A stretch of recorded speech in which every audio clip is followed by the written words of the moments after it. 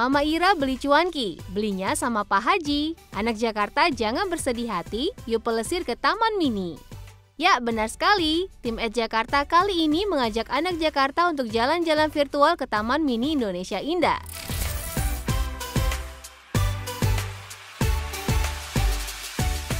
Bagi sebagian anak Jakarta, mungkin sudah tidak asing lagi dengan tempat rekreasi yang satu ini ya. Kalau dihitung-hitung berapa kali sih anak Jakarta berwisata ke Taman Mini? Kalau tim @Jakarta sih paling sering saat Dharma Wisata waktu sekolah dulu. Ikut lomba mewarnai, lomba tari, rekreasi sambil belajar keliling Indonesia dalam satu hari. Tapi kenapa ya anak Jakarta, Taman Mini identik dengan pusat kebudayaan Indonesia? Begini ceritanya. Taman Mini Indonesia Indah digagas oleh mantan Ibu Negara Siti Hartina Soeharto atau yang biasa dikenal dengan sapaan Ibu Tin. Beliau terinspirasi untuk membuat miniatur Indonesia setelah kunjungan dinas ke luar negeri anak Jakarta. Pembangunan Taman Mini dimulai pada 1972 dan diresmikan oleh Bapak Pembangunan Indonesia Presiden Soeharto 3 tahun setelahnya, yaitu tanggal 20 April. Namanya saja miniatur Indonesia. Pastinya tempat wisata ini merangkum kebudayaan Indonesia yang mencakup berbagai aspek kehidupan sehari-hari masyarakat Indonesia. Nah, kali ini tim @Jakarta berkesempatan untuk mencoba wahana yang paling dinikmati oleh pengunjung, apalagi kalau bukan kereta gantung.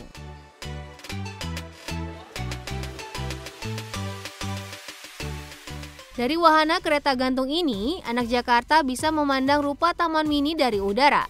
Oh iya, selain wahana rekreasi, anjungan daerah dan museum, di sini anak Jakarta juga bisa melihat lebih dekat keberagaman agama yang ada di Indonesia. Ada Masjid Pangeran Diponegoro yang memiliki luas bangunan 760 meter persegi dan terdiri dari 2 lantai. Di masjid ini terdapat juga menara berbentuk kubah dengan tinggi 26 meter yang berfungsi untuk mengumandangkan azan anak Jakarta. Tepat di sebelah masjid berdiri Gereja Katolik Santa Katarina. Menariknya, gereja ini merupakan tiruan gereja Katolik pertama di Indonesia, yaitu Gereja Santa Katarina di Surabaya, Jakarta. Nama Katarina diambil dari seorang tokoh suci yang mengabadikan seluruh hidup untuk mempertahankan keyakinan dan ketaatannya terhadap Yesus Kristus. Selanjutnya, Gereja Kristen Protestan Haleluya. Kalau dilihat-lihat, arsitektur gereja ini merupakan campuran gaya barat tahun 1930-an. Di samping gereja terdapat menara setinggi 20 meter persegi yang pada puncaknya terdapat ornamen ayam jago melambangkan kisah dari Nats Injil. Di menara ini juga terdapat lonceng yang akan berbunyi setiap kali kebaktian akan dimulai. Selanjutnya, Pura Hindu Dharma Penataran Agung Kertabumi. Dari penelusuran tim @Jakarta, pura ini mengambil model pura-pura di Bali, sedangkan bangunannya didasari oleh filsafat Atsa Kosala Kosali, yakni konsep tata ruang tradisional Bali. Di sebelah Pura Hindu ada Wihara Arya Dwipa Arama. Bentuk bangunan rumah ibadah umat Buddha ini mengambil pola stupa Candi Borobudur. Dengan lampang cakra, prapta, patina sutta, umat Buddha akan selalu menyadari bahwa kehidupan manusia berputar seperti sebuah roda. Masih di kawasan yang sama nih anak Jakarta, berdiri sebuah kelenteng bernama Kelenteng Kong Miao bagi umat Konghucu. Kelenteng yang baru berdiri pada Desember 2010 ini semakin menandakan betapa tingginya toleransi antar umat beragama di Indonesia ya. Hebatnya lagi, semua rumah ibadah di kawasan Taman Mini ini aktif digunakan oleh masyarakat sebagai tempat peribadatan.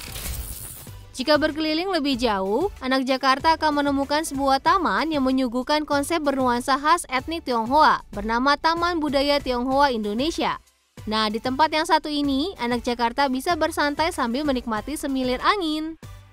Di dalam taman seluas 4,8 hektar ini, terdapat berbagai simbol kebudayaan Tionghoa yang bisa anak Jakarta lihat, seperti patung Konghucu atau Konfusius, seorang filsuf sosial asal Tiongkok.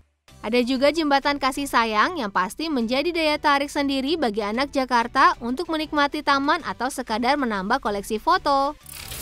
Tempat terakhir yang akan tim @Jakarta telusuri di Taman Mini adalah Museum Pusaka.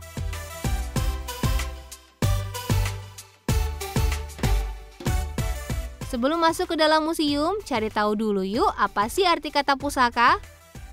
Menurut Kamus Besar Bahasa Indonesia Daring, kata pusaka memiliki 2 arti. Pertama berarti harta benda peninggalan orang yang telah wafat atau warisan, dan kedua berarti barang yang diturunkan dari nenek moyang. Singkatnya, pusaka adalah harta benda yang diwarisi secara turun-temurun dari nenek moyang. Dan salah satu harta benda nenek moyang tersebut adalah benda yang dipamerkan dalam museum ini anak Jakarta. Ya, Tosan Aji atau keris. Sejarah Museum Pusaka dimulai dari inisiatif Ibu Sri Lestari yang menghibahkan 4.000 pusaka Tosan Aji kepada Ibu Tin Soeharto. Koleksi tersebut merupakan peninggalan suami tercinta Haji Masagung atau Chio Witai. Diresmikan pada 1993 oleh Presiden Soeharto, koleksi Museum Pusaka saat ini mencapai 6.000 keris loh anak Jakarta. Wah, bagaimana cara merawatnya ya? Menurut penuturan Mas Probo, untuk merawat keris diperlukan prosesi jamasan yang dilakukan setahun sekali, tepatnya setiap bulan Suro pada penanggalan Jawa. Oh ya anak Jakarta, tahukah kalian ada beberapa bagian dalam keris? Bagian pertama adalah hulu atau pegangan keris.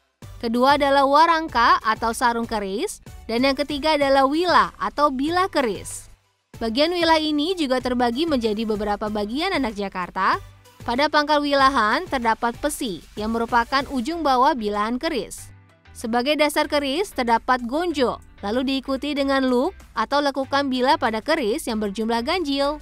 Dan untuk beberapa keris terdapat mendak atau cincin yang berada tepat di antara hulu dan gonjo. Anak Jakarta, walaupun identik berasal dari Jawa, ternyata keris adalah identitas Nusantara. Setiap daerah di seluruh penjuru Indonesia memiliki benda pusaka keris dengan nama atau julukan yang berbeda. Pada 2005, tepatnya tanggal 25 November, keris budaya Nusantara ini diakui dunia sebagai salah satu dari The Masterpiece of Oral and Intangible Heritage of Humanity oleh Lembaga Kebudayaan dan Ilmu Pengetahuan PBB di markas UNESCO di Paris. Hebat kan anak Jakarta? Pusaka Indonesia terdiri dari pusaka alam, pusaka budaya bendawi dan tak benda, serta pusaka saujana atau gabungan pusaka alam dan budaya. Dan pastinya nih anak Jakarta, apapun bentuk pusakanya sudah sepatutnya kita jaga.